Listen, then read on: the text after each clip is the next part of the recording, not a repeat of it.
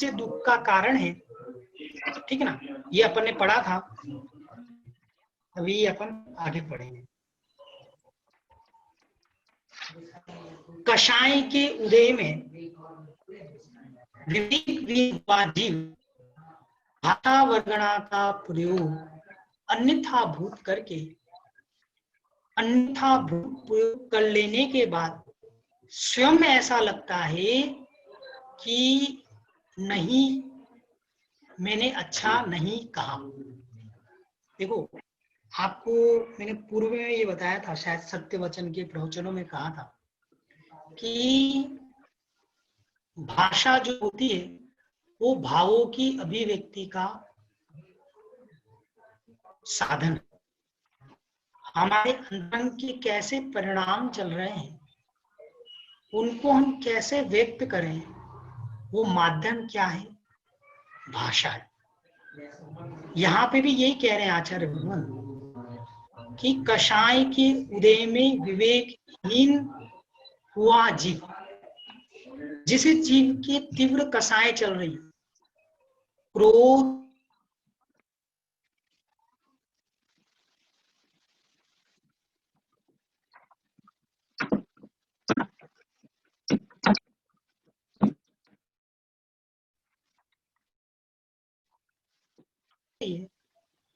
वो अपनी कभी कभी जीव क्रोध के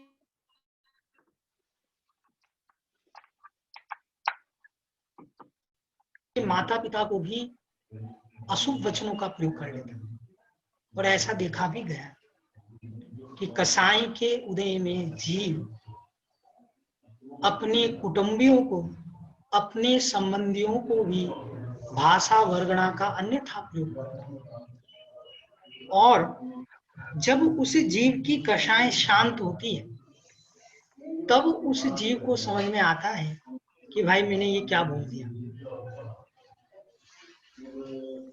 यहाँ पर सबसे बड़ी चीज ये है कि कसाई के उदय में परिणामों को कैसे शांत रखा है। सबसे बड़ी चीज क्या है कि कसाय का उदय आया और उस समय हम कैसे अपने आप को संभालें, ये बहुत इंपॉर्टेंट है।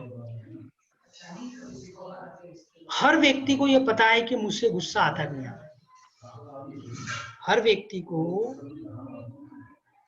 ये पता रहता है कि मुझे गुस्सा आ रहा है नहीं आ रहा। नवीन भैया, क्या आपको ये कभी ऐसा अनुभव होता है क्या कि अब मुझे गुस्सा आएगा, गुस्सा आने से पहले या गुस्से से पहले कि अब मुझे गुस्सा आ रहा है, ऐसा फील होता है क्या आपको नवीन जी? भैया जी, वो जज ने भैया जी वो फीलिंग आती है, पर लेकिन तब तक वो एक्शन में आ जाता है वो गुस्सा। हाँ, नहीं तो उसका टाइम ड्यूरेशन क्या रहता है? माइक्रो सेकंड में एक्शन में आ जाता है कि मिली सेकंड में, या कितने में, नैनो में आता है, कितने में आता है? बिल्कुल टाइम का जो सबसे छोटा पार्टिकल हो सकता है उसमें गुस्सा आ जाता है वो। अभी कितनी 10⁻⁻ माइनस पिको में चले गए ना, -12 में चले गए अपन, तो -15 में चले गए। क्योंकि वो गुस्सा जब आता है तो दिमाग काम करना बंद कर देता, सोच समझ के नहीं आता ना, वो तो एकदम आता है और एक्शन होके फिर बाद में रिग्रेट होता है ये क्या हुआ। अब देखो, इसी को अपन को प्लानिंग में थोड़ा सा हैंडल करना है, ठीक है ना। क्या है, दो कारण होते हैं, ठीक है ना। पानी में उबाल आ रहा है, दूध में उबाल आ रहा है, अग्नि के सहयोग से दूध में क्या आ रहा है? उबाल आ रहा है, उबल रहा है। दूध को ठंडे करने के दो उपाय, क्या उपाय हैं? या तो उस तपेले को उठा करके साइड में रख दो, ठीक है ना, तो उससे अपने आप क्या वो ठंडा हो जाएगा। या फिर क्या करो, नीचे से गैस बंद कर दो। दो चीजें हो गई ना। इसके अलावा तीसरा कोई उपाय है क्या? तीसरा ये, उस पर पानी के छिड़के मार देते हैं, बरोबर, थोड़ा सा ऐसे पानी छिड़े तो वो ठंडा हो जाता है, ठीक है ना। तो ये 2-3 उपाय हैं। ऐसे ही जब आपको गुस्सा आवे, कषाय का उद्वेग आवे, तीव्र कषाय आने लगे,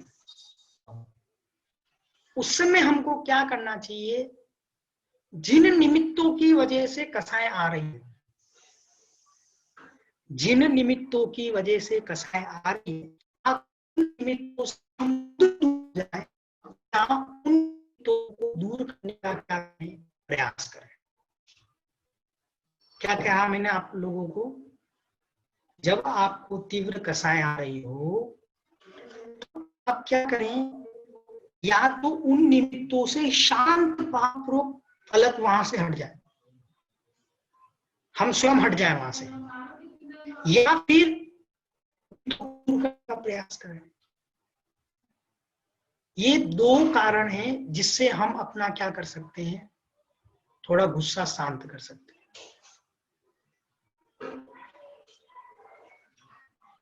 वॉइस ब्रेक हो रही है, कन्वर्सेशन थोड़ी थोड़ी हो रही है, वापस रिपीट करना पड़ेगा। कन्वर्सेशन ब्रेक हो रहा है। अभी अभी तो क्लियर ना। हाँ, देखो दो कारण बताए मैंने आपको कि आपको गुस्सा आ रहा है ना, तो गुस्से को थोड़ा सा ठंडा करने के लिए क्या कीजिए, जो निमित्त हैं, और मैंने अभी दूध का उदाहरण दिया था कि दूध उबल रहा है, तो या तो उस दूध की तपेली पूरी साइड में रख दो, या फिर नीचे से क्या कर दो, गैस बंद कर दो, तो ये दूध क्या होगा, ठंडा होगा। ऐसे ही जब आपको गुस्सा आ रहा है, कोई भी कसाएं आ रही है, मान कसाएं है, क्रोध कसाएं है, मायाचारी है, लोभ कसाएं है, तो जिनकी वजह से हो रहा है ये सब, जिनकी वजह से हमारा क्रोध बढ़ रहा है, जिनकी वजह से हमारा मान बढ़ रहा है, जिनकी वजह से हमारी मायाचारी बढ़ रही है, लोभ बढ़ रहा है, उन निमित्तों से हम या तो खुद दूरी बनाए, या उन निमित्तों को क्या कर दे, हम दूर कर दे। समझ में आया पदम जी आपको, अभी आवाज आ रही हो? हाँ ठीक है ठीक है ठीक है ठीक है। तो निमित्त को हम, निमित्तों से या तो हम खुद दूर होंगे, या उन निमित्तों को दूर करना। दूसरी चीज यहां लिखी है ना कि मैं आपको बार बार बोलता हूं कि किसी भी चीज पे, जैसे कोई वस्तु गिर गई, इसके लिए तो मैं आपको बार बार बोलता हूँ, इन पे तो हमको तुरंत टारगेट करना चाहिए। मोबाइल गिर गया, वस्तु गिर गई, पेज फट गया, गाड़ी को स्क्रैचेस आ गए, ये सब चीजें हैं जिनकी वजह से हमको गुस्सा आ रहा है, जिनकी वजह से हमारी कसाएं बढ़, इन पे तो आप बिल्कुल गुस्सा मत करो। चश्मा गिर गया, ठीक है गिर गया ना, कोई नहीं। मेरी आत्मा का क्या टूटा, मेरी आत्मा का क्या टूटा, ये हमको सोचना चाहिए। मेरी आत्मा का, चश्मा टूटने से मेरी आत्मा का टूटा क्या, कुछ नहीं। दूसरी चीज ये है, जब हम क्रोध करते हैं तब हमारी बॉडी में केमिकल रिएक्शंस होते हैं, और वो केमिकल्स रिएक्शंस हमारे ब्लड को क्या करते हैं, जहरीला करते हैं। ये साइंस की अपेक्षा से कह रहा हूं। किसकी अपेक्षा से, साइंस की अपेक्षा से मैं ये समझाना चाह रहा हूं। आगम तो कहेगा ही, बरोबर, उसमें कोई विकल्प नहीं, लेकिन आप लोगों को समझ में आएगा। और वो जब केमिकल्स हमारे ब्लड में रिएक्ट होते हैं, तो वो रिएक्शन से हमारा ही दिमाग काम नहीं करता, हमारी ही बॉडी क्या होती है, इफेक्ट होती। तो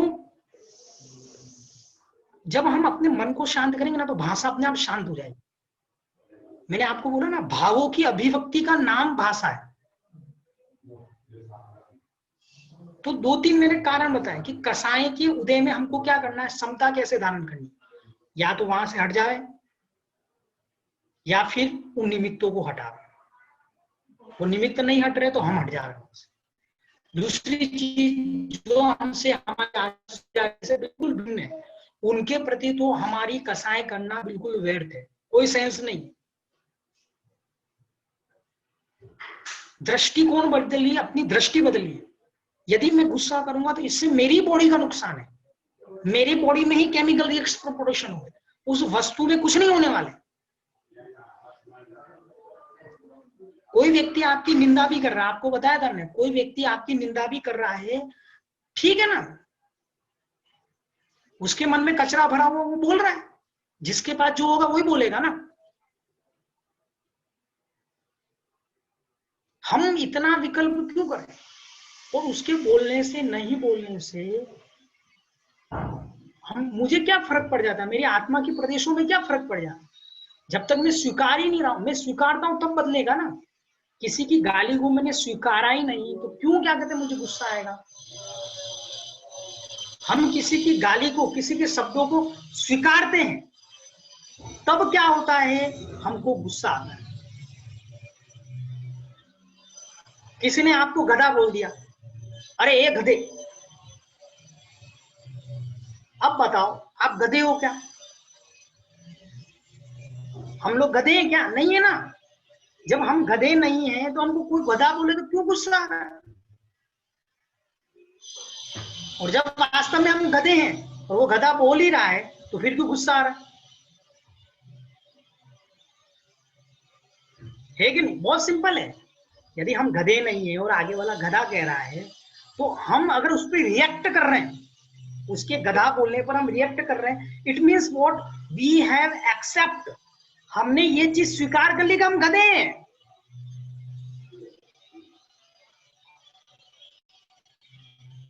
उसके शब्दों को क्या कर लिया, हूबहू ग्रहण कर लिया कि मेरी आत्मा गधा है। क्या मेरी आत्मा क्या है? गधा है। ये हमने स्वीकार कर लिया, और ये स्वीकार करने के बाद में हमको ऐसा लग रहा है कि मैं गधा हूं, मुझे गधा कैसे कह दिया, इसलिए हमको क्या होता है, गुस्सा। नहीं, आप बिल्कुल शांति से बैठ करके सामयिक में 5 मिनट चिंतन कर सकते हैं। क्या आप बैठ करके, आराम से बैठ करके, कोई मुझे कुछ कह रहा है और उनके बोलने पर मुझे परिणाम खराब होते हैं, तो क्या उनके जो शब्द हैं वो शब्द मैंने एक्सेप्ट कर लिए क्या? ये बैठ करके चिंतन करो 5 मिनट। या वो शब्द मेरी आत्मा से क्या है, भिन्न है? शब्द भी क्या है, पुद्गल है। ये पुद्गल भी मेरी आत्मा क्या क्या नहीं है, स्वभाव नहीं है। शब्द क्या है, पुद्गल है, और ये पुद्गल भी मेरी आत्मा का क्या नहीं है, स्वभाव नहीं है। देखो बहुत आपको है ना एकदम थोड़ी सी प्रैक्टिस करनी पड़ेगी, लेकिन आपको है ना बहुत आएगा। अरे क्या मतलब ही नहीं था छोटी छोटी बातों पर क्या गुस्सा कर। एक चीज और नोट कर लो आप, किसी भी चीज पे गुस्सा करने से पहले हम ये सोचें, क्या मेरा गुस्सा करना वाजिब है क्या?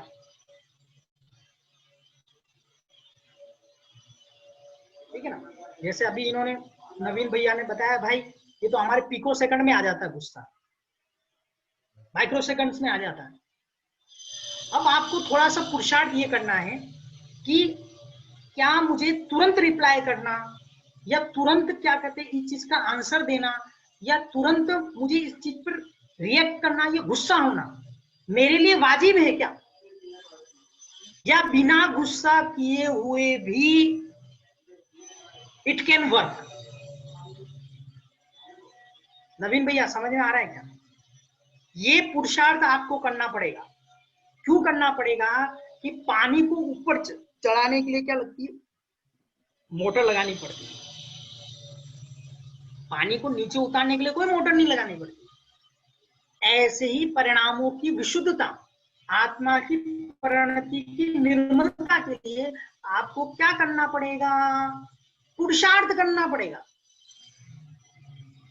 परिणामों को नीचे गिराने में कोई पुरुषार्थ नहीं करना पड़ता है, परिणामों को ऊपर चढ़ाने में, परिणामों को निर्मल बनाने में हमको क्या करना पड़ता है, पुरुषार्थ। अब जब भी हमको गुस्सा आवे, सबसे पहले हम ये सोचें क्या गुस्सा करना, चलो ठीक है, इट्स ओके कि भैया आ गया हमको गुस्सा, मैंने ये भी स्वीकार कर लिया।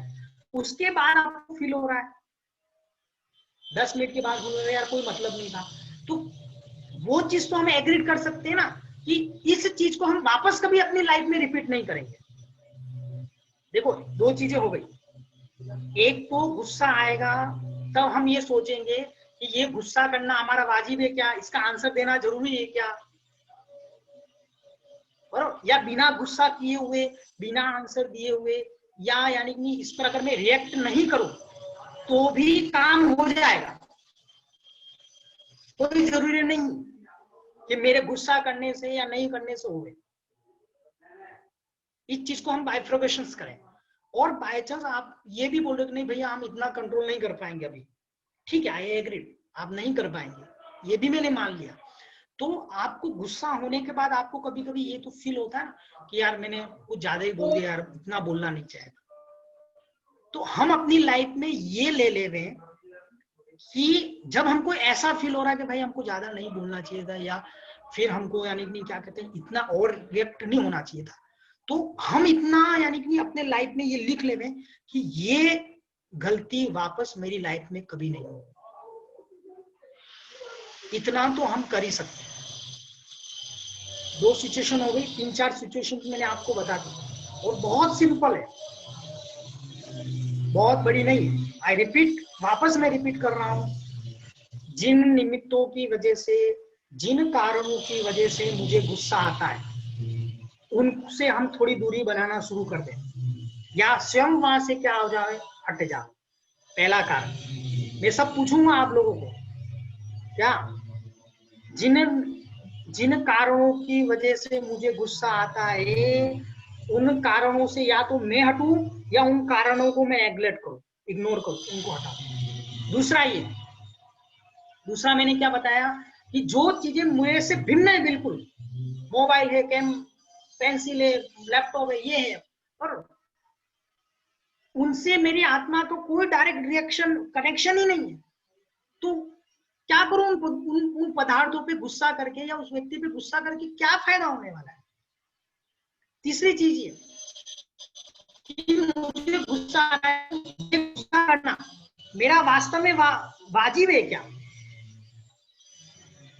मैं करूंगा तो काम हो जाएगा, ऐसा हमको सोचना चाहिए, या बिना गुस्सा करे भी ये काम हो सकता है, या मेरे गुस्सा करे बिना भी, मतलब मैं कोई रिएक्ट भी नहीं करूं, मैं कोई तुरंत आंसर भी नहीं दूं, कोई रिएक्शन भी नहीं, तो भी ये काम हो जाएगा, मेरा इसमें कोई इन्वॉल्वमेंट नहीं, बिना मेरे इन्वॉल्वमेंट हुए भी ये काम हो सकता है। एक ये थिंकिंग, और एक थिंकिंग लास्ट वाली मैंने आप लोगों को क्या बताई थी, कौन सी बताई थी मैंने, पदम जी,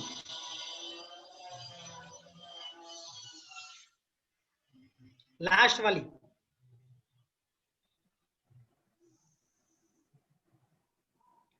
ऑन तो कर दो, ये म्यूट अनम्यूट,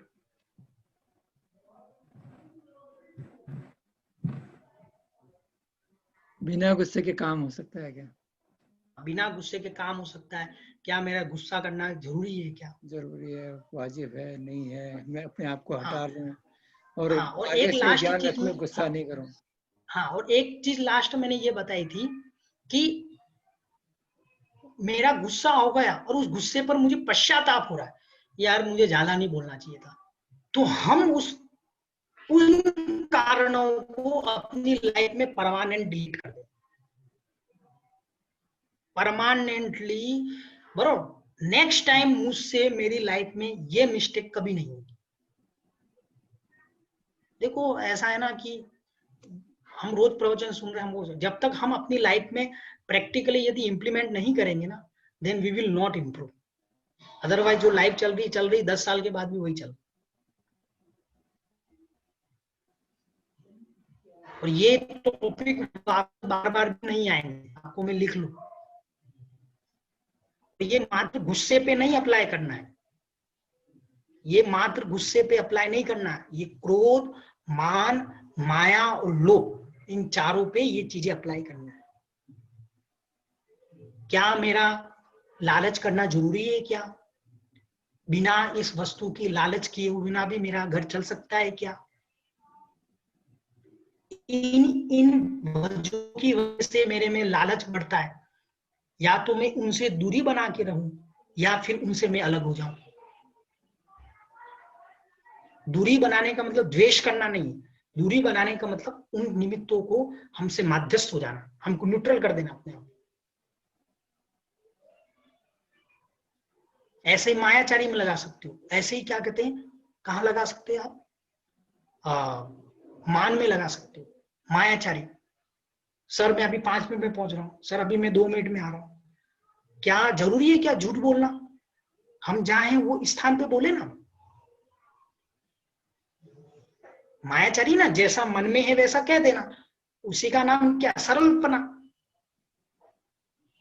सर अभी मैं कैंटीन में बैठा हूँ सर, सर 10 मिनट और लगेगा, सर 15 मिनट और लगेगा, सर मैं पहुंच रहा हूँ, सर मैंने अभी मेल पे काम नहीं किया है, सर मैं अभी 15 मिनट में 20 मिनट में, सर मुझे 1 घंटा दीजिए, आई विल डेफिनेटली आंसर।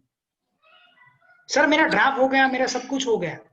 ये मायाचारी के परिणाम है, हुआ कुछ नहीं है, सर जस्ट एक बार रीड करके भेज रहा हूं। Why? Either you avoid such type of situations.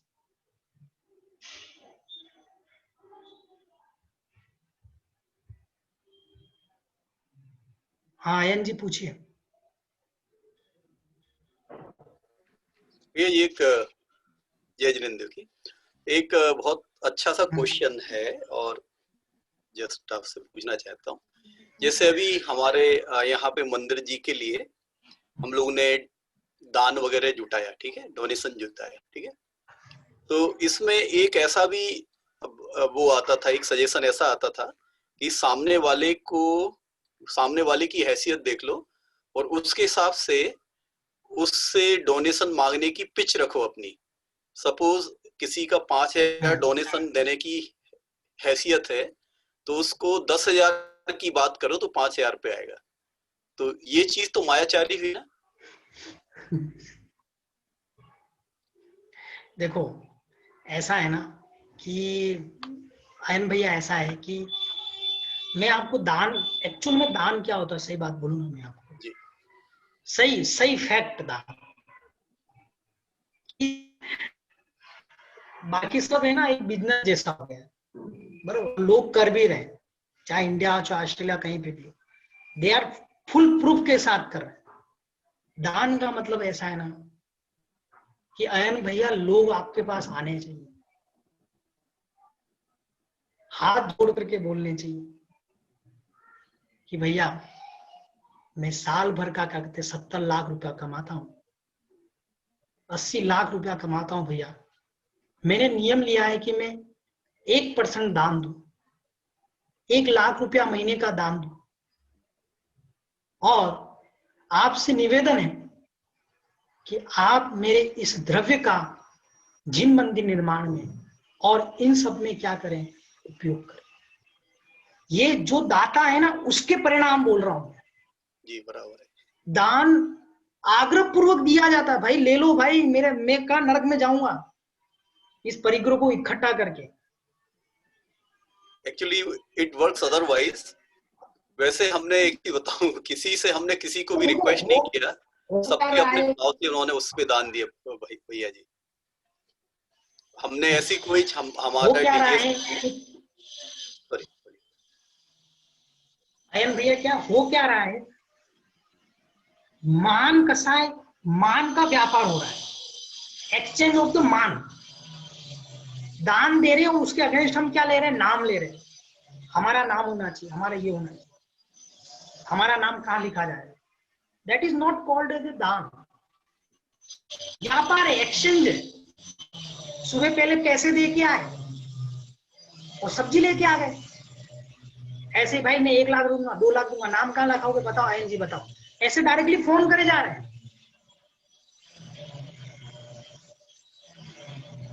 अरे नाम विषय हो जाए वो अलग है, हो जाए वो नाम और समाज वाले लिखा दे वो विषय अलग है, स्वयं बोलना।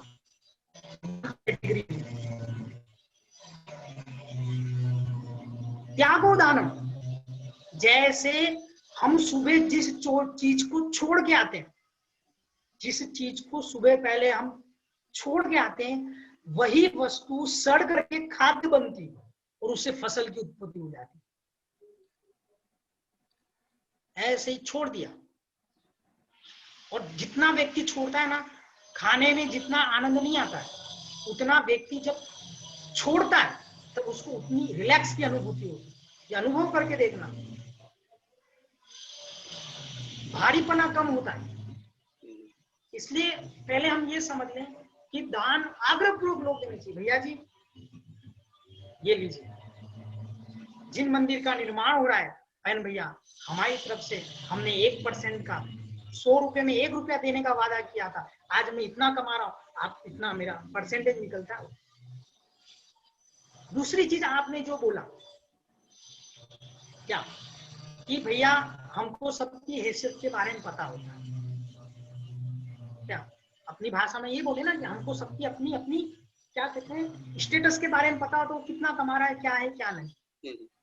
ठीक है, जब आपको पता है तो जो कमा रहा है उसको नहीं पता है क्या?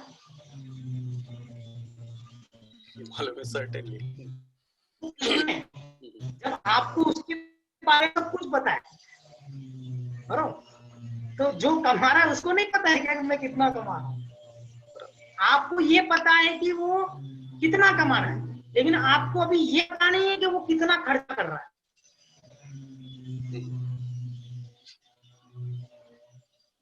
समझो मैं क्या बोल रहा हूँ? जी बराबर है। एक बार क्या हो गया, दिशा की घटना है, महाराज जी अपने स्वयं की घटना बता रहे थे।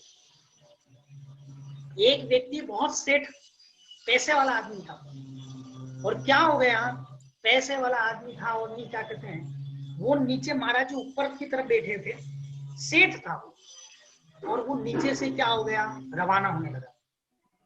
तो किसी व्यक्ति ने पूछा इसको कि महाराज जी ऊपर आए हो दर्शन करने को, इतने बड़े अच्छे साधु हैं क्या?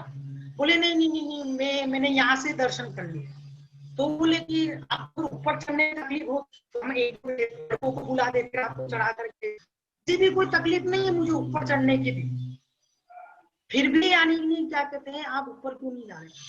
फाइनली वो एक जो लड़का था बरोबर, उसने क्या कहते हैं, उन जो पैसे वाली पार्टी थी, मतलब थोड़े बुजुर्ग थे लेकिन बहुत पैसा था, फाइनली उन्होंने क्या कहते हैं उनको बोला कि आप चलिए, हमारे महाराज कुछ नहीं कहेंगे। जब वो ऊपर गए उन्होंने नमोस्तु किया, तो नमोस्तु करते ही वो व्यक्ति क्या बोला कि महाराज जी मुझे कहाँ कितना दान देना आप बताइए। तो महाराज जी ने बोला कि आप ऐसा क्यों कह रहे हैं? बोले कि महाराज जी आजकल ऐसी सिचुएशंस हो गई है कि कोई पैसे वाले व्यक्ति कहीं पे भी जाता है और उसको दर्शन करने होते हैं, कोई महाराज के या किसी के भी, और जब वो महाराज के पास जाता है तो उनके आसपास के लोग बस ये तो पैसे वाले हैं इनसे ले लो, ये तो पैसे वाले हैं इनसे ले लो, और उस समय हम मना भी नहीं कर पाते। इसलिए महाराज जी मैं आधे घंटे से ऊपर आने के लिए मना कर रहा हूं। महाराज जी उसने अपने दिल की व्यथा बताई कि महाराज जी हमारे भी तो खर्चे होते हैं, हम भी 10 जगह जाते हैं महाराज, और 10 जगह पर वही सिचुएशन होती है, 10 जगह हमको बोला जाता दान दीजिए। इसलिए कभी कभी हमारे परिणाम मुनियों के पास बैठने के, ब्रह्मचारियों के पास बैठने के, ट्रस्टियों के पास बैठने के भी नहीं होते, क्योंकि उनका एक ही इंटेंशन रहता है कब आए और कब इसको फंसाए। एक का नहीं, सब जगह का, सब जगह। हम कहीं पे भी सभा में आगे नहीं बैठ पाते, क्यों? हमको बोला जाएगा अरे ये आ गए हम इनसे दान निकालो। अब एक जगह हो तो चले, सब जगह ऐसा होने लगता है उन लोगों के साथ, क्योंकि उसने एक बार दान दिया तो उसका नाम हो जाता है ये दान वाली पार्टी, भाई चलो। तो अयन भैया कहने का कंसर्न ये है कि हम उस व्यक्ति के बारे में बहुत अच्छे से जान रहे, बहुत अच्छी बात है, और आप क्या कहते हैं 1 लाख मांग रहे हो और नहीं उसकी जगह वो 50,000 देगा, वो चीज वो भी जान रहा है, आगे वाला भी इस चीज को जान रहा है कि आप मुझसे कितना निकलना चाहते हैं, ठीक है ना? तो मेरा तो यानी देखो आपको क्या बोलूं, कि मेरा ऐसा पर्सनल मत कहो, क्योंकि कि हमको तो जब दान लेने जाए तो हमको बोलना देखो भैया हम हमारे 3 लोग के नाथ के सामने 3 लोग के नाथ के लिए हम लेने आए, हमारा तो कोई पर्सनल है नहीं। आपको मैं एक कहानी बता देता हूँ। एक व्यक्ति था, उसको मंदिर बनाने की बहुत इच्छा थी, लेकिन क्या करें, कोई पैसा नहीं था उसके पास, बिल्कुल गरीब आदमी, लेकिन उसको मंदिर बनाने की इतनी इच्छा थी कि वो क्या कहते हैं मंदिर बना। अब आप सोचो, वो अपने ससुराल गया। कहाँ गया? ससुराल, मांगने के लिए, खुद के लिए नहीं कि भाई मंदिर बनाना है, मंदिर बनाने के लिए मुझे पैसा दे। आप सोचो, जब पाप कर्म का उदय आता है ना, तो ससुराल वाले भी गेट बंद कर देते। उनको पता चल गया ये आ गए मांगने, खुद के पास तो है नहीं, बराबर मंदिर बनाना है, तो क्या किया, वो गेट बंद कर दिए कि आ गए हमारे ये क्या बोलते दामाद जी, कमाते वमाते कुछ नहीं है, मंदिर बनाने के भाव में और मांगने आ गए। लेकिन उसके बहुत अंतर, वहां से उसको भगा दिया गया ससुराल से। ऐसे मित्र के पास भी, वहां से सब जगह से उसको बताया क्या देंगे। वो जाकर के जंगल में सामायिक करके बैठ गया, और जब वो घर से निकला था तो उसकी पत्नी ने क्या, रोटी घी मतलब जो बांधते हैं ना, वो दे दिया था कि आप मेरे वहां जा रहे हो ससुराल, मतलब उनके मतलब उस लड़की के पिताजी थे ना, मतलब उसके लिए तो ससुराल ही हो गया वो। तो फिर बोले कि ये ले जाओ और भूख लगे तो बीच में खा लेना। और वहां पे तो नहीं, एंट्री होने से पहले गेट बंद कर दिया ससुराल में।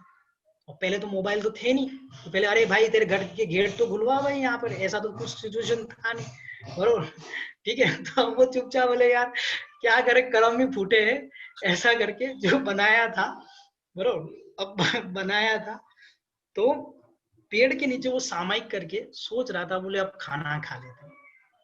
पेड़ पे था एक यक्ष बैठा हुआ। अब है ना, वो ये सोचता है कि भाई यार कुछ मंदिर बने ना बने, खाना तो खा लेगा अपन थोड़ा बहुत, फिर सोचेंगे और कहीं जाएंगे मांगने के लिए, ऐसा सोच करके वो खाना खाने बैठा। तो यक्ष ने उसकी परीक्षा लेनी चाहिए, यक्ष ने उसकी परीक्षा लेनी चाहिए, और उसने है ना स्वान का रूप बनाया। और जैसे वो खाना खाने बैठा, ठीक है, जैसे वो खाना खाने बैठा और वो स्वान आकर के प्रकट हो गया, बरोबर बोले मुझे भी भूख लगी, खाना दो, कहने का मतलब हाव भाव से। अब वो बोले यार गजब हो गया ये तो। अब उसने बोला, बरोबर थोड़ा सा घी निकाला, बोले इसको भी अब रोटी देनी तो सूखी सूखी क्यों दे रहे, थोड़ा सा घी था, घी चौपड़ करके दे दिया। अब 1-2 रोटी क्या कहते हैं उसने दे दी। अब वो वही खड़ा रह गए, जावे ही नहीं हो। फिर शायद यक्ष ने उसकी सारी रोटियों को छीन लिया, ऐसी कोई स्टोरी मुझे पता नहीं। कुल मिलाकर के वो भूखा रह गया, ऐसा उसमें सिचुएशन है। और फिर है ना, फिर भी उसने है ना, यानी कि क्या कहते हैं उस स्वान को गाली नहीं दी, बोले ठीक है भाई अब क्या करें, मांगने निकला था, तेरे मतलब मुझे रोटी खाने भी मेरे भाग्य में नहीं, तू खा ले, ऐसा करके उसने यानी कि क्या कहते सब कुछ दे दिया। बोले जो होगा देखेंगे, तो फिर सामायिक करके सो गया। और उस यक्ष उसकी परीक्षा कर रहा था। यक्ष ने उसके जो पोटली थी ना जिसमें से रोटी नहीं, उस रोटी में रत्न और ये सब भर दिए। अब वो हुआ खुला। अब आप सोचो, सिचुएशन सोचो आप। अब वो उसको समझ में आया कि भाई ये तो कुछ चमत्कार तो हो गया है, और उसको स्वप्न में आकर के ये भाई तुम्हें मंदिर बनाने के लिए ये द्रव्य मिला है, ऐसा आकर के ये सब बातें हो गई। और उसके बाद में जब वो जाता है तो घर पे जाता है, तो पत्नी तो बहुत खुश होती है, देखा मैंने बोला था ना ससुराल जाने से बिल्कुल पैसा। अब वो क्या बोले, कभी कभी है ना तुरंत जवाब नहीं देने चाहिए। वो क्या बोलती है कि देखो ससुराल जाने से नहीं हुआ, इतना हमारे यहाँ पे धन है कि नहीं। अब वो अंदर ही अंदर सोचे भाई ससुराल वालों ने क्या किया था वो तो मैं बाद में बताऊंगा तुझे, पहले मुझे खाना परोस भाई तू। ठीक है ना, कुछ बोला नहीं वो अंदर ही अंदर कुछ चीजें ऐसी रहती ना जो समय पर जवाब दिया जाता है, उसी समय देना जरूरी नहीं है। और फिर उसके बाद में देखो थोड़ी स्टोरी में कई चेंजेस हो सकते हैं, लेकिन भाव वही है मेरे कहने के मतलब, ठीक है ना। कहीं आप आगम, ये आगम की स्टोरी है, ठीक है, लेकिन भाव मेरे वही है कि क्या हो रहा है सिचुएशन। और फिर उसमें क्या होता है कि वो जा करके खाना वाना खाने के बाद में, ठीक है, और मंदिर बनाने की फैसला होता है। तो वो राजा के पास जाता है कि राजा जी हमारे पास इतना धन मिला है और इतना ये सब कुछ है, और नहीं क्या कहते हैं मंदिर बनाना है। तो राजा खुश हो जाता है, अरे मंदिर बनाना, जी मंदिर बनाना है, चलो चलो चलो आप राजकोष में जमा कर दो, ये क्या राजकोष में जमा, और अपन सब मिल करके क्या बनाएंगे, मंदिर बनाएंगे। अब देखो ऐसा रहता है ना कि घड़ा भरा होता है ना, पुण्य पाप की ऐसी महिमा है कि घड़ा भरा होता है ना, तो उस भरे घड़े में लोक मान्यता में क्या कहते हैं कि अगर सामने से भरा हुआ घड़ा आ रहा है ना, तो उसमें और लोग कॉइन डाल के जाते हैं। ये देखा होगा आपने कि सामने से यदि भरा हुआ घड़ा आ रहा है और अपन यात्रा पे जा रहे हैं, तो लोग उसमें क्या डाल देते, कॉइन डाल देते। तो खाली होता है उसको कोई पूछता नहीं। मतलब यदि कोई दीवार गिर रही है ना, तो लोग पहले जंगल जाते थे 2 नंबर के लिए बाहर की, तो देखो हर कोई गिराता है, वो दीवार गिर रही है तो उसकी और ईंट तोड़ करके उससे हाथ धोने के लिए मिट्टी लेके जाते थे। ऐसा यानी कि पुण्य पाप का खेल है। तो आप ये सोचो, वो गया, अब लोगों में अफवाह, लोगों में बातें तो होती है ना कि यार ये रातों रात इसके पास इतना कैसे पैसा आ गया, क्या ये आ कैसे गया। और फिर राजा को कानों कान ऐसे चुगलखोर तो रहते हैं लोग, राजा को बोल दिया नहीं नहीं नहीं नहीं, इसका जो पैसा है ना ये गड़बड़ वाला है, क्या ये तो गरीब था, इसके पास तो खाने को नहीं था, और ये कैसे हो गया। तो ऐसा करके वो जो धन है राष्ट्र में जमा कर देते, मतलब पहले जमा होता, लेकिन वो बोलता है नहीं नहीं तुमने गड़बड़ किया, चोरी के धन से ये नहीं हो। और राजा भी उस समय मना करता है नहीं तो, अब इसका दिमाग खराब, अब ये वापस घर आता है, उधर जो यक्ष होता है वो भी चालाक, वो है ना 5-6 दिन के बाद में देखना आता है भाई साहब इस मंदिर बनाए नहीं बनाए, धन का गायब हो गया। तो देखना तो ये भाई साहब तो सो रहे होते बरो।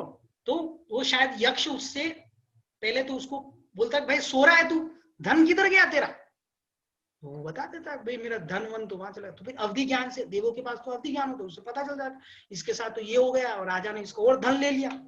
अब वो वहां जाता है, राजा को एकदम ऐसे पीटता है, मतलब उसको पीट करके बोलता है कि भाई तुमने उसका धन, वो मंदिर का ही धन था, और ऐसा करके भी राजा भी एग्रीड हो जाता है। वो सब होने के बाद में राजा भी क्या करता है, उसके लिए बहुत सारे हाथी घोड़े ये सब कुछ देता है कि जाओ मंदिर बनाओ, अब हमको विश्वास हो गया तुम्हारा धन बिल्कुल सही पैसा है, कहीं तुमने गलत करके नहीं कमाया है।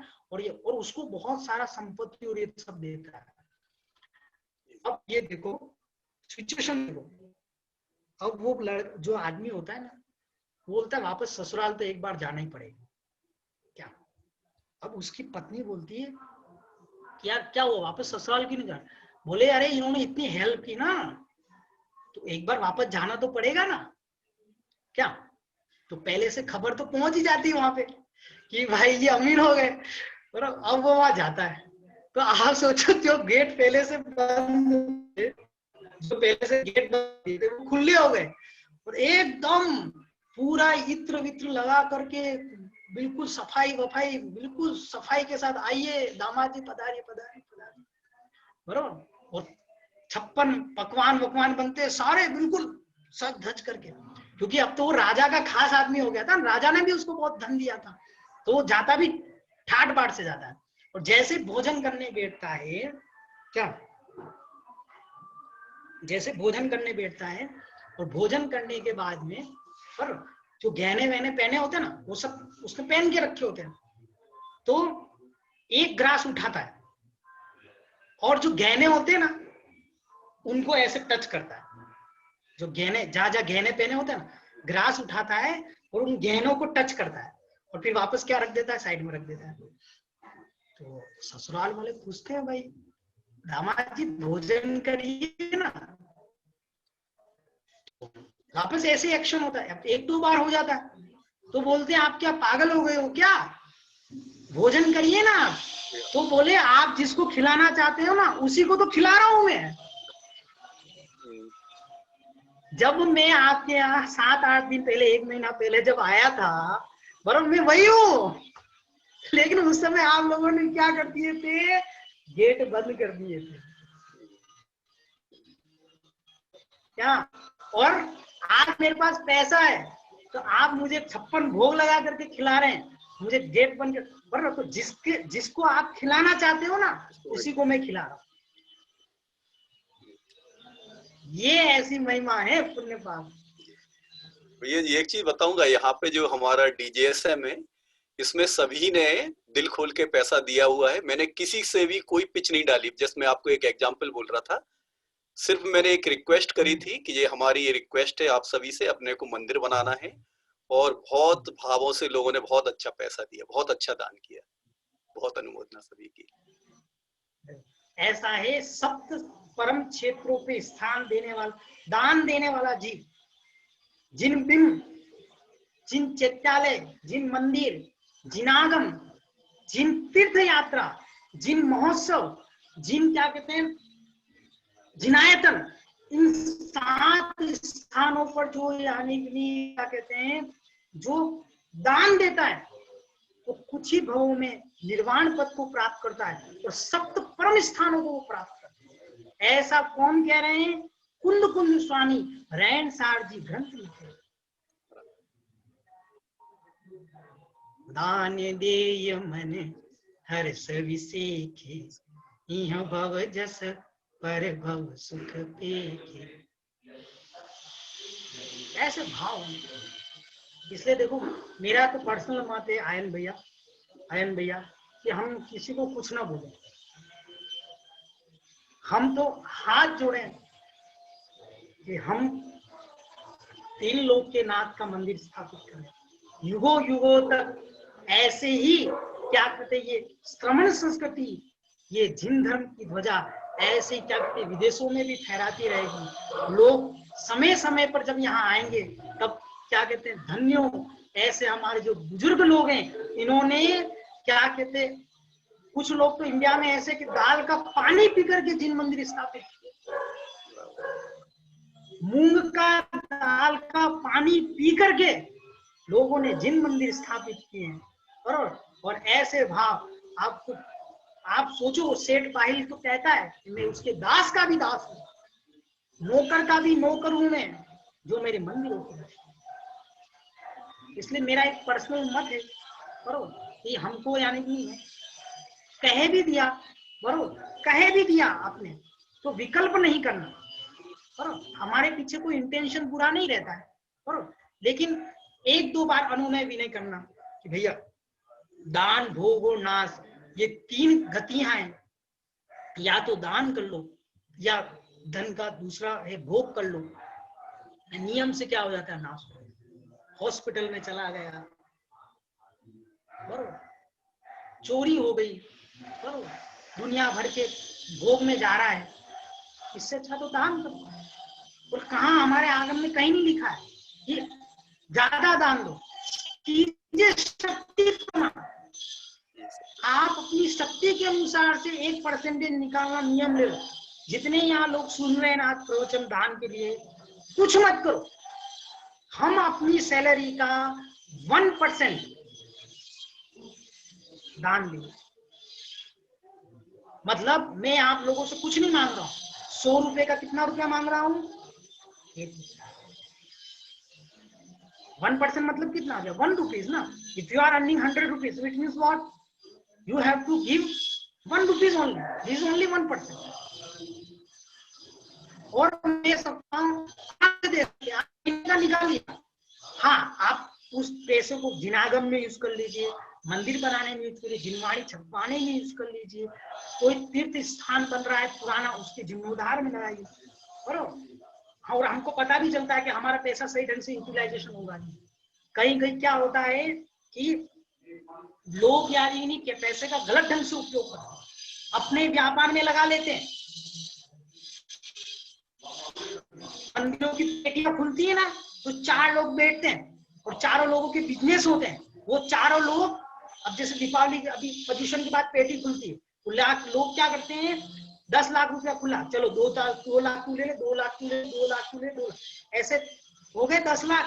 समाज को बताया नहीं जाता है, और फिर नहीं है वो 2-2 लाख इंटरेस्ट पे चढ़ा देते हैं। दीपावली का काम रहता है, बिजनेस रहता है, तो पैसा ले लिया और फिर जैसे हड़प दिए। वो तो अपनी नीच गति का बंद कर रहे हैं ना। ऐसे स्थानों पे दान नहीं देना चाहिए। वो तो अपनी नीच गति का बंद कर रहे हैं, निचली गति का बंद कर रहा है ना ऐसे लोग तो। अरे नीच नहीं, नरक में आएंगे ऐसे लोग नियम से। जो देव सास गुरु के क्या के निमित्त से पैसा खा रहे हैं, उनके कभी परिवार पनप सकते हैं नहीं, उनके कभी।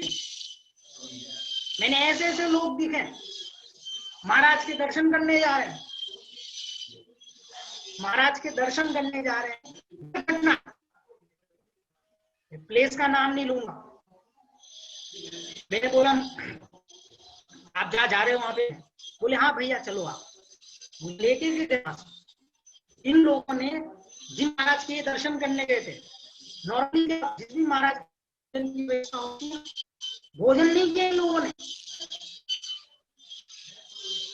और के 3-4 बजे दिन भर भूखे रहे, और भूखे रहने के बाद में जब शाम को निकले तो 5 बजे भी भोजन करके नहीं निकले, और एक ढाबे पे रोक करके बोलते, मैं तो बोला आपका यहाँ से मात्र क्या 15 मिनट का रास्ता है भैया, सुबह से भोजन किया। तो मैंने कहा 15 मिनट का रास्ता, 15 मिनट में आप घर जाके खा सकते हो। नहीं खाया उन्होंने, 5-6 लोग थे, सब उतर करके होटल में खाना खाया। फिर मैंने अलग से एक व्यक्ति को पूछा बिल कहाँ लगेगा, बोले बिल मंदिर के अकाउंट में जाएगा। ऐसे लोगों के घर कभी नहीं पनप सकते। 15 मिनट के डिस्टेंस पे आपका घर है, फिर भी आप क्या कहते हैं होटल का खाना खाना है और मंदिर वाले बिल देंगे उसमें, क्योंकि महाराज जी को श्रीफल चढ़ाने गए थे ना चातुर्मास का, तो सारा पेट्रोल सब उसमें डालेंगे। दिन भर खाना नहीं खाया इन लोगों ने। अरे बिस्लरी की बोतल भी लेंगे तो क्या बोलेंगे, मंदिर के अकाउंट में डाल दो, मंदिर के अकाउंट में डाल दो। अरे क्या तू पानी नहीं पीता क्या, घर में रहता तो? जैसे घी का प्रयोग करते हो ना, वैसे पैसे के, मंदिर के पैसे का प्रयोग करना है। बेफालतू कहीं पे भी उस पैसे का भी उपयोग नहीं। लोग पसीने से कर करके 10-10, 12-12, 15-15 घंटे ऑनलाइन बैठ करके कोडिंग करके, यूएस के कॉल अटेंड करके, यहाँ के कॉल अटेंड करके अपनी आंखें फोड़ करके कमा रहे हैं, और वो पैसा तुम्हें दे रहे हैं। ये नहीं देते, अपनी हेल्थ नहीं देखते, लेकिन मेरा जिम मंदिर बन जाए ये देखा जाए। इसलिए कभी भी निर्माल्य का एक पैसा ना अपने घर में रखना और नहीं उसको टच करना।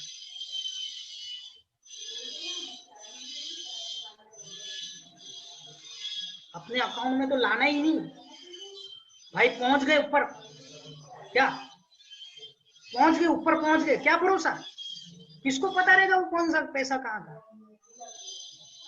भाई ये मंदिर का अकाउंट है, इसमें दे दो भाई। और कदाचित किसी को इमरजेंसी हो तो अपनी पत्नी को बता दो, बच्चों को बता दो, भाई ये 1000 रुपए आया, कदाचित पहुंच गया ना तो दे देना भाई।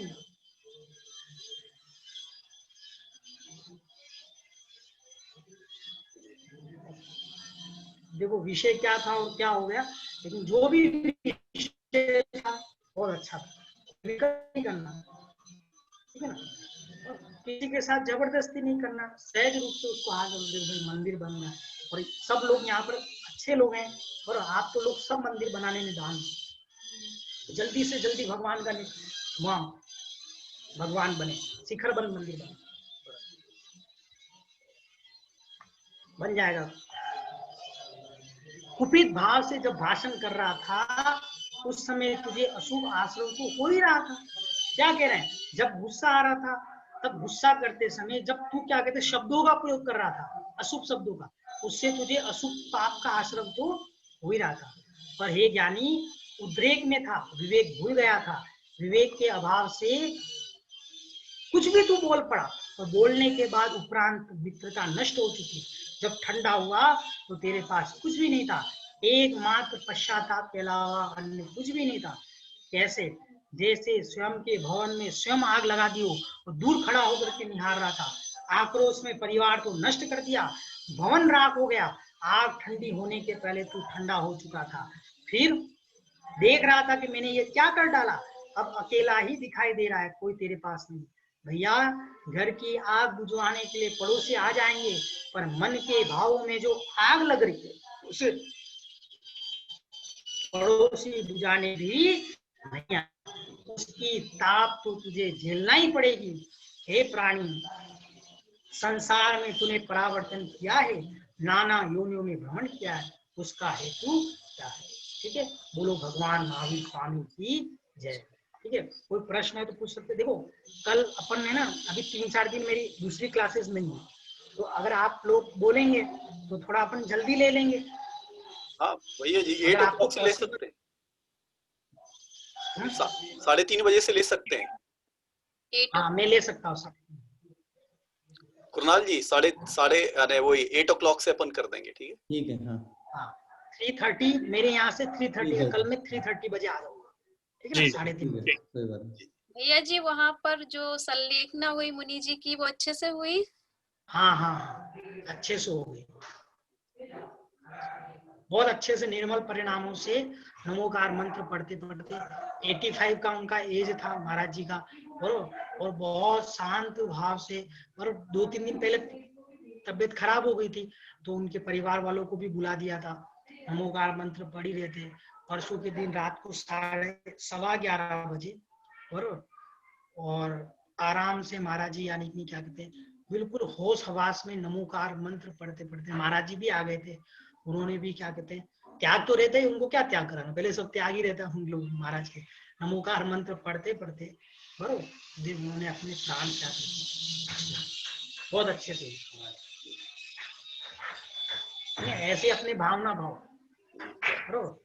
जो लोग समाधि कराते हैं, जो लोग हमारे आचार्य भगवान कहते हैं यात्रा छोड़ देने का, लेकिन जो शपथ है उसको नमोकार मंत्र सुना देने का।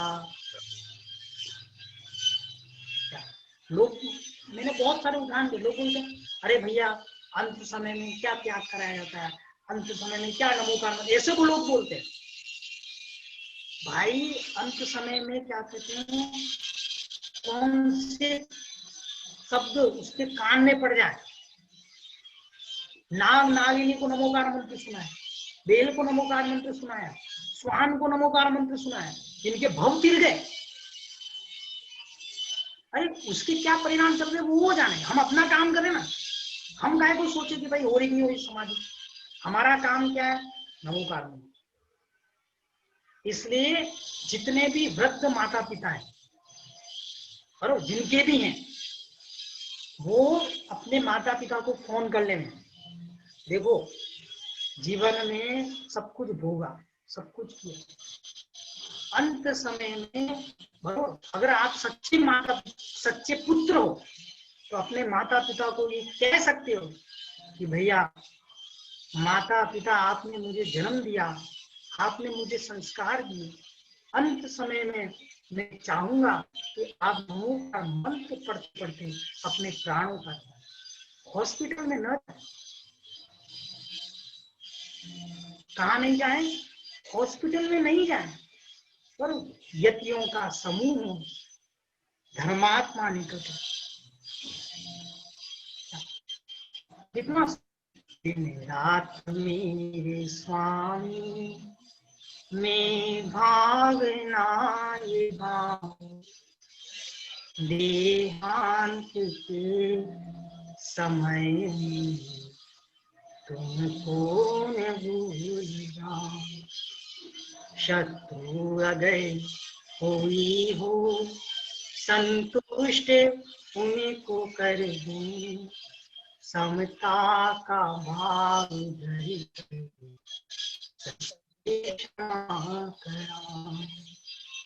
त्यागूं आहार पानी, औषध विचार अंतन, छूटे नियम ना कोई, दृढ़ता हृदय मेरा।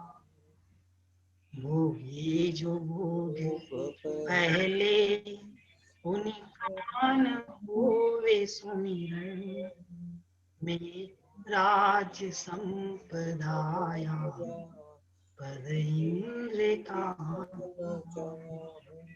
धर्मा निकट हो चर्चा धर्म सुनाई, मैं सावधान रखूं गाफिल हो। जीवी हो वांछा मरने की हो नहीं, परिवार दाग को हटाओ।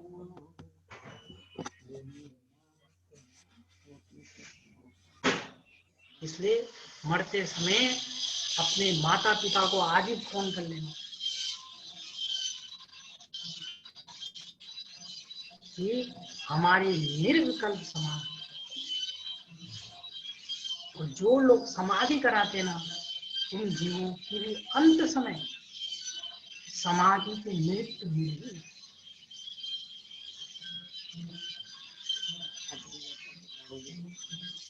ठीक है, बोले भगवान नारायण स्वामी की। प्रतिमा जी पूछ लो। प्रतिमा जी पहले अपन जिनवाणी स्तुति कर ले, ताकि जिनको जाना हो चले जाने। हाँ बाई चांस जिनको जाना हो ना, जिनवाणी फिर पूछ लेना प्रतिमा जी, आपका कोई प्रश्न है। ठीक है, ठीक है। यावाणी के ज्ञान ते सूजे लो कालो, सुवाणी मस्तक चढ़ो सदा नीत मोदो। नमोकार नमोकार मंत्र।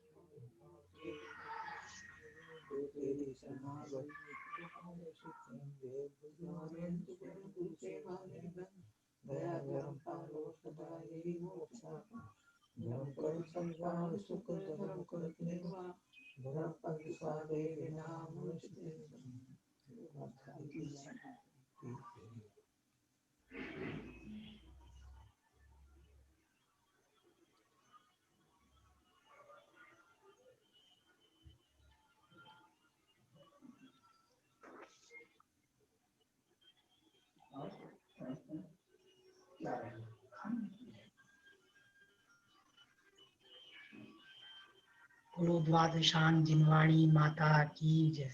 पूछिए प्रतिमा जी। भैया जी, जैसे आजकल एप्स होते हैं ना मोबाइल, हाँ, वो जैसे जिनेंद्र अर्चना का ऐप है, स्वाध्याय के लिए भी बहुत सारे बुक्स होते हैं। तो अब जैसे हम लोग की तो कई बार अशुद्ध अवस्था रहती है, तो ये एप्स रखना ठीक है मोबाइल में? देखो ऐसा है क्या कि इसमें अलग अलग मान्यता है। मान्यता अवस्था में तो, और ये सब चीजों का आपको बिल्कुल प्रयोग नहीं होना चाहिए। ठीक है ना, अशुद्ध अवस्था में, और इंस्टॉल नहीं इंस्टॉल की तो बात की बात है, और एटलीस्ट हम उस समय 3 दिन, बराबर 3 दिन, 4 दिन भी फॉलो करते हैं, तो आप 3 दिन तो मिनिमम करना ही है। 3 days तो you have to follow strictly. बराबर, ना कोई ऐप ओपन करना है, नहीं यानी नहीं आपको यानी नहीं ग्रंथ ले बैठना है, और नहीं आपको सुनना है। आप तो अपने बैठ जाओ, नमोकार मंत्र की जाप, जो याद है ना उसको चिंतन करो। जो आपने पढ़ा है उसको क्या करना है, आप लोगों को चिंतन करना है।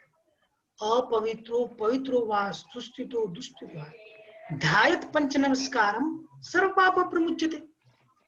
चाहे हम अपवित्र हो चाहे पवित्र हो, किसी भी अवस्था में यदि हम पंच परमेष्टि का ध्यान करते हैं तो वो ध्यायत पंच नमस्कारम सर्व पाप प्रमुच्यते, सारे पापों का क्या करता है, नाश करता है। अपवित्र अपवित्र, पवित्र हो चाहे अपवित्र हो, चाहे हम 2 नंबर भी करने जा रहे हो, उस समय भी हम मन में क्या कर सकते हैं, नमोकार मंत्र का जाप कर सकते हैं, मुख से उसका उच्चारण नहीं करना है। जब पवित्र हो तब आप मुख से भी उच्चारण कर सकते हैं, ठीक है। दूसरी चीज ये, चौथे दिन से क्या कहते हैं, जो महिला होती है वो भोजन बनाने के लिए पवित्र हो जाती है। कौन से डेज से? 4 days। तो पुरुषों को मात्र कितना मैनेज करना है? 3 days they have to manage. बरोबर, कुछ नहीं है, खिचड़ी बना लो, ये बना लो, कुछ सामान है जो पहले बना के रखो, जिनकी मर्यादा ज्यादा रहती है, और ऐसी चीजें पहले बना करके रखो।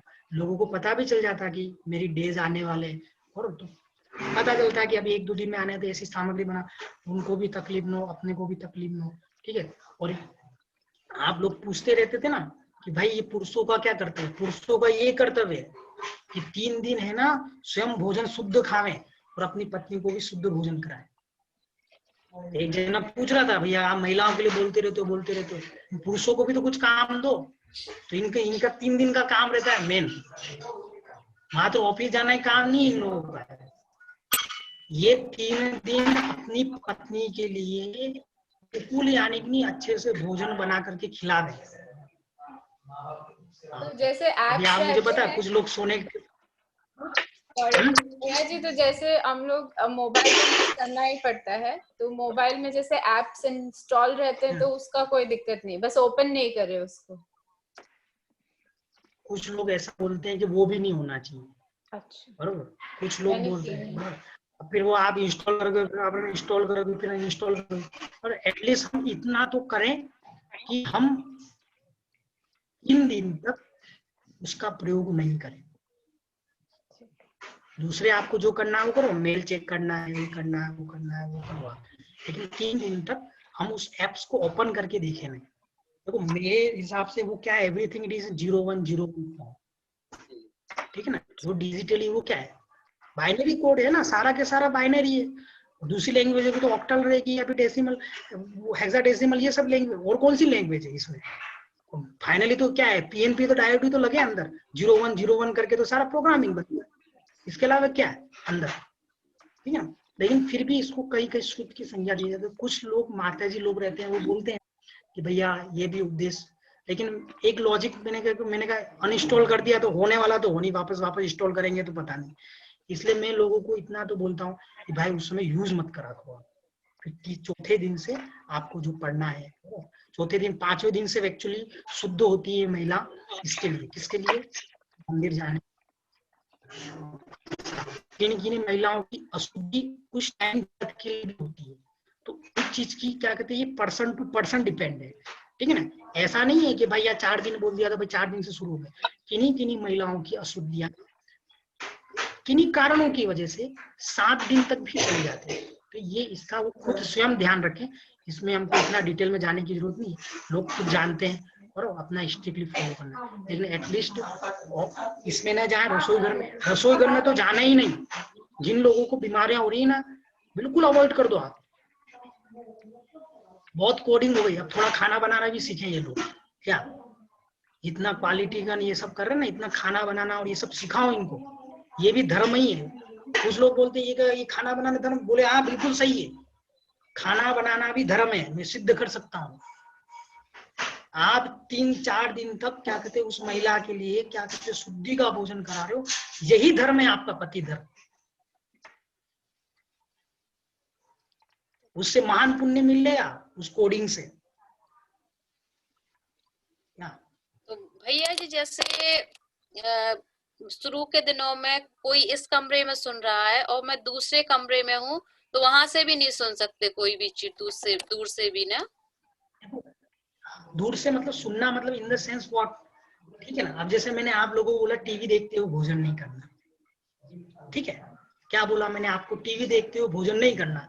अगर आपके परिणाम अच्छे रखने तो एक नियम ले लो, हम 15 मिनट भोजन करते हो उसमें टीवी नहीं देखने। तो जब आप टीवी देखते हो, कदाचित आप दूसरी जगह बैठ करके कर रहे हो, या समझो कि आप टीवी के सामने बैठते थे, टीवी चालू नहीं थी, लेकिन क्या वो बच्चे आए फटाक चालू कर दी, ठीक है। तो नहीं करने का आपको, आपका त्याग है ना, उनका तो त्याग नहीं है। तो आप तो नीचे सर रख करके भोजन कर सकते हो। अब आवाज आ रही,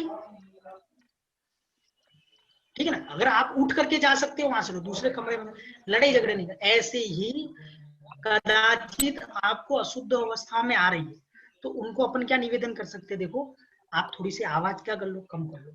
हमारे पास ईयरफोन्स रहते हैं, ये रहते हैं, वो रहते हैं, थोड़ी आवाज करो। बाय चांस क्या कहते हैं आवाज कम नहीं हो रही तो हमारा इंटेंशनली उधर ध्यान नहीं जाना चाहिए। समझ में आया ना? इंटेंशन बहुत मायने रखता है। अब हम है ना, अरे यार कुछ है नहीं तो चलो चालू कर दिया, उन्होंने अच्छा किया, उन्होंने चालू कर दिया, ये परिणाम नहीं आने चाहिए। सुनने के परिणाम क्या, अरे मेरे तो टीवी देखने का त्याग था, अच्छा हो इन लोगों ने चालू कर दिया, बरोबर। मेरा तो भोजन ही नहीं जा रहा था टीवी देख करके, बरोबर। तो टीवी चालू हो गई और चुपचाप क्या कहते हैं ना, खा रहे हैं और सुन रहे हैं, हाँ ये न्यूज चल रही है, ये न्यूज चल रही है, ये गाना चल रहा है, तो फिर त्याग नहीं कहलाया वो। ऐसे इंटेंशनली नहीं आना चाहिए, वो चीज उधर डाइवर्ट नहीं होना चाहिए। माइंड चल रहा है, उनको ये बोल दो कि भाई मेरी अशुद्ध अवस्था चल रही है, आवाज थोड़ी कम कर दो, ईयरफोन लगा दो, आजकल तो सब फैसिलिटी है। और क्या है, उसी समय करना ये जरूरी थोड़ी है क्या। कुछ लोग ऐसा ना, मतलब इसी समय होना चाहिए सारा धर्म। अरे मन में जपो ना जाप, उनको सुनना है। सुनना क्या, पाठ सुनेंगे, प्रवचन सुनेंगे, तो बोले आप थोड़ी देर तक मुझे आवाज आ रही, थोड़ी आवाज कम कर लो, नहीं आवाज आ रही तो आप उस कमरे में चले जाओ ताकि मुझे भी वो विघ्न हो।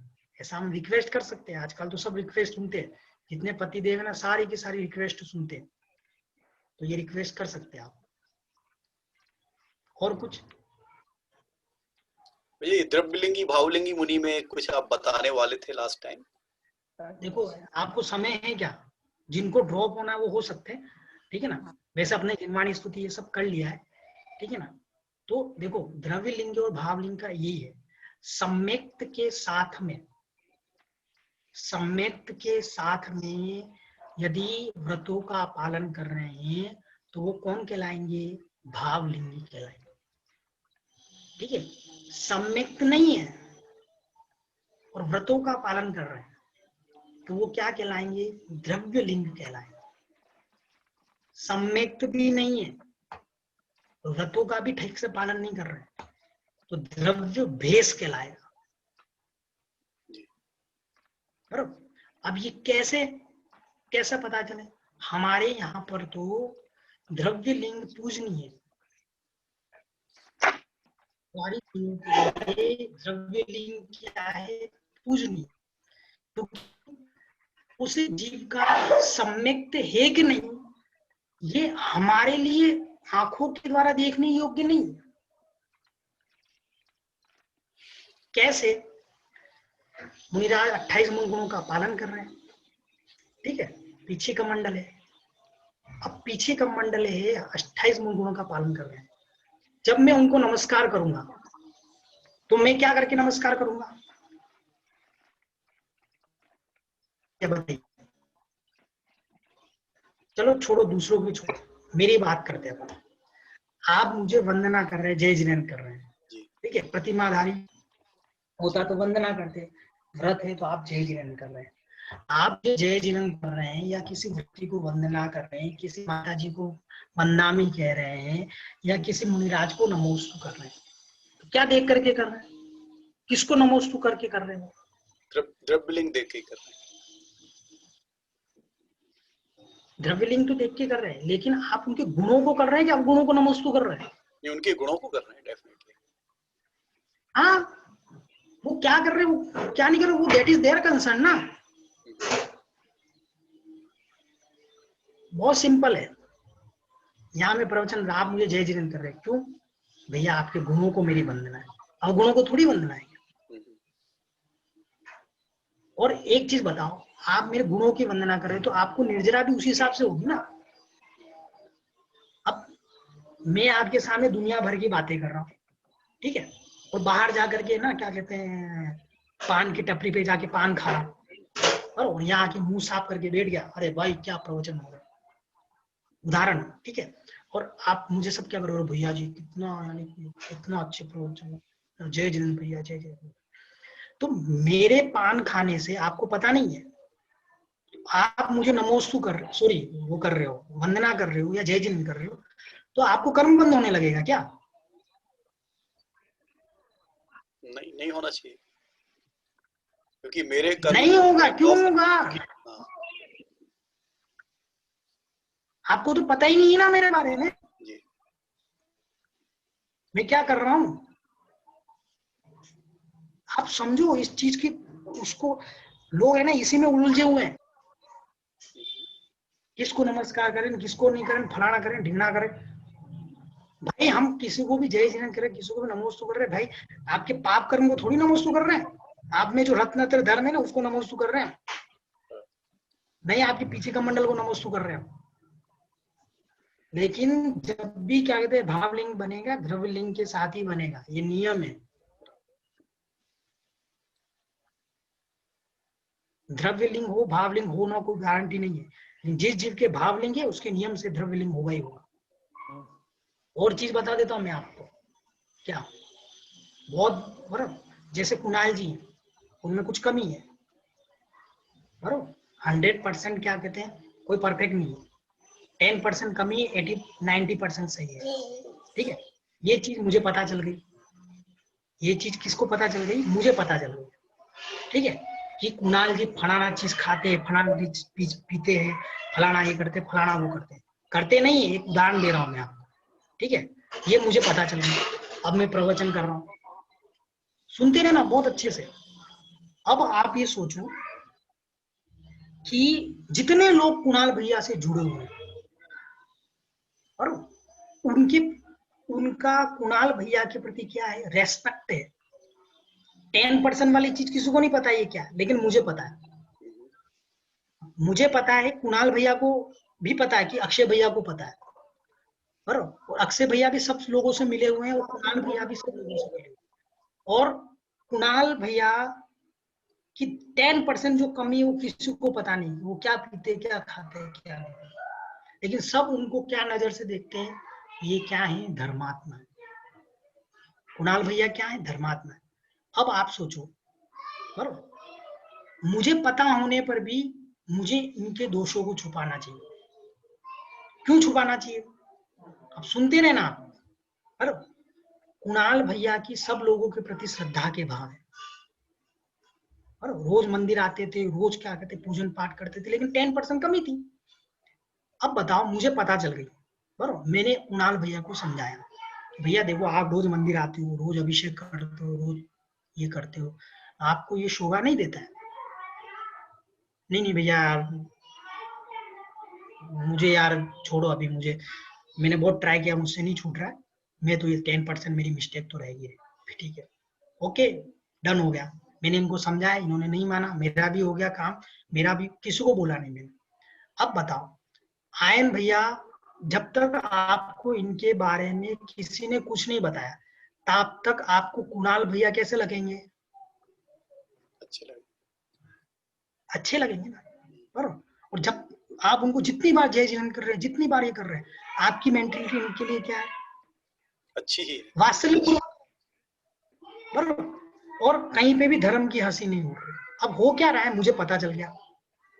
अब एक बताओ, 50 लोग सुन रहे थे मुझे, और 50 लोगों की कुणाल भैया के प्रति श्रद्धा थी, और मेरे एक शब्द ऐसा बोलने से कि कुणाल भैया फलाना पीते हैं, फलाना ऐसा करते हैं, आप बिल्कुल डीप में जाके पकड़ना, लोगों की कुणाल भैया के प्रति श्रद्धा नहीं गई, लोगों की कुणाल भैया अभिषेक पूजन करते हुए भी गलत काम करते हैं, उस धर्म के प्रति अश्रद्धा चली। मेरे एक शब्द बोलने से, और जितने 50 लोग कुणाल जी से जुड़े हुए थे, सब क्या बोलेंगे, अरे ऐसे होते सब धर्मात्मा लोग, देख लिया मैंने, ऐसे होते धर्मात्मा लोग, देख लिया मैंने। मेरे एक शब्द बोलने से, तो क्या मैंने ये उचित किया? नहीं।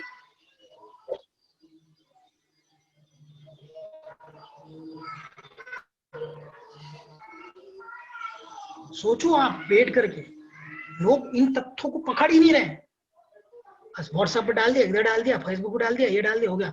और हम तो सत्य कहेंगे। भाई तुम्हारा सत्य भी असत्य ही है। आपका सत्य भी असत्य ही है। आपने हजारों लोगों की श्रद्धाओं को तोड़ा है। भगवान अंक नहीं रहा ना। अभी वो पीके जैन साहब उगन इनको समझ में नहीं आएगा। ये चीज बिल्कुल अच्छे से समझ में आ रही है इनको, मैं क्या बोलना चाह रहा हूँ। नहीं, यहाँ भी सब ज्ञानी लोग हैं, पता है लोगों को। बहुत अच्छी बात। तो इतना आप लोग समझ लो, इतना आप लोग समझ लो, किसी भी धर्मात्मा से यदि कोई मिस्टेक हो जाए, अपने मोल ले, ज्यादा बड़ ये नहीं करने का। उसका कर्म वो जाने, हम उपगुण करेंगे। देखो मैंने कुणाल भैया को उपगुण किया था, उनके दोषों को छुपाया था। मैंने उनका स्थितिकरण उनसे पर्सनली जाकर बात की कि भैया ये शोभा नहीं देता आपको, और वो एग्रीड भी हुए थे। फिर बोले भैया मैं कर दूंगा, ठीक है।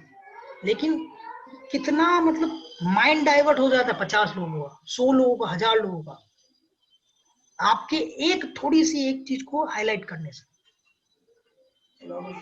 ऐसे आप समझ लो, ये मतलब आप कहीं पे भी लगा सकते हैं। आपकी डेली लाइफ में आप मुनिराज पर कहीं पे, एक मुनिराज उनके लाखों लोग दर्शन करने आ रहे हैं, करोड़ों लोग दर्शन करने आ रहे हैं। उन मुनिराज ने कोई मिस्टेक कर ली, आपको पता चल गई, आप करोड़ों लोगों की श्रद्धा को तोड़ भी सकते हो, और करोड़ों लोगों की श्रद्धा को वैसा के वैसा जीवंत भी रख सकते हो। 1 मिनट लगता है आपको व्हाट्सएप वायरल करने में, आपको क्या कहते हैं ये सब करने में 1 मिनट। लेकिन करोड़ों लोगों की जो श्रद्धा टूटी है, उसको बनाने में कितना टाइम लगेगा। और करोड़ों लोगों को अगर नहीं भी रहती, उनकी मिस्टेक को जानकारी नहीं थी, तो जो करोड़ों लोग उनके दर्शन कर रहे थे ना, क्या पता उस द्रव्य लिंग को देख करके भी किसी को सम्यक दर्शन हो जाए। बरोबर, कोई गारंटी नहीं। रूप को देख करके सम्यक दर्शन हो जाता है लोगों।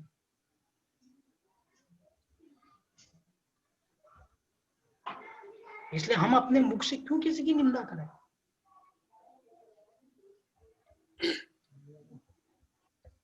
ये घाट मान लो जीवन में, धर्मात्माओं की कभी हम हंसी नहीं उड़ाएंगे,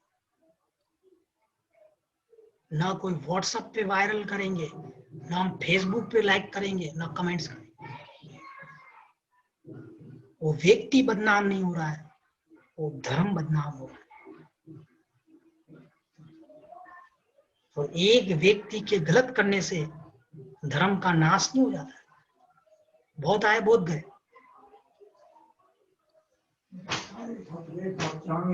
बहुत चले भी जाएंगे। ऐसे बहुत कांड हुए हैं।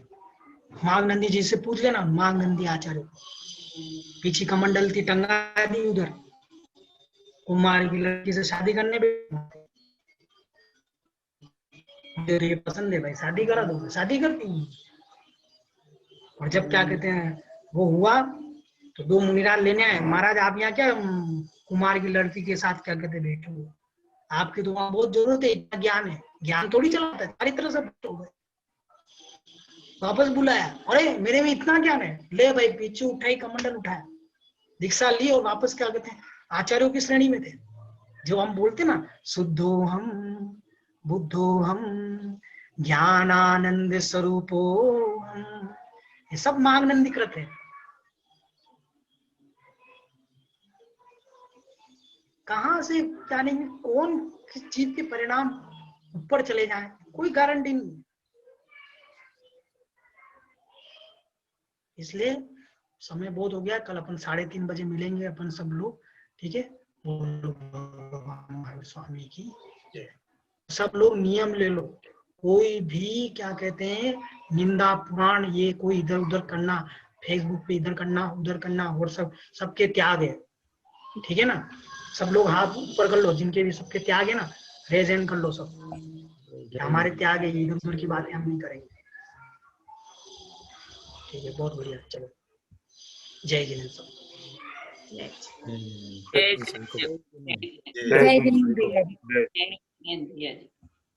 जय जिनेंद्र सभी को। जय हिंद। जय हिंद। सभी को।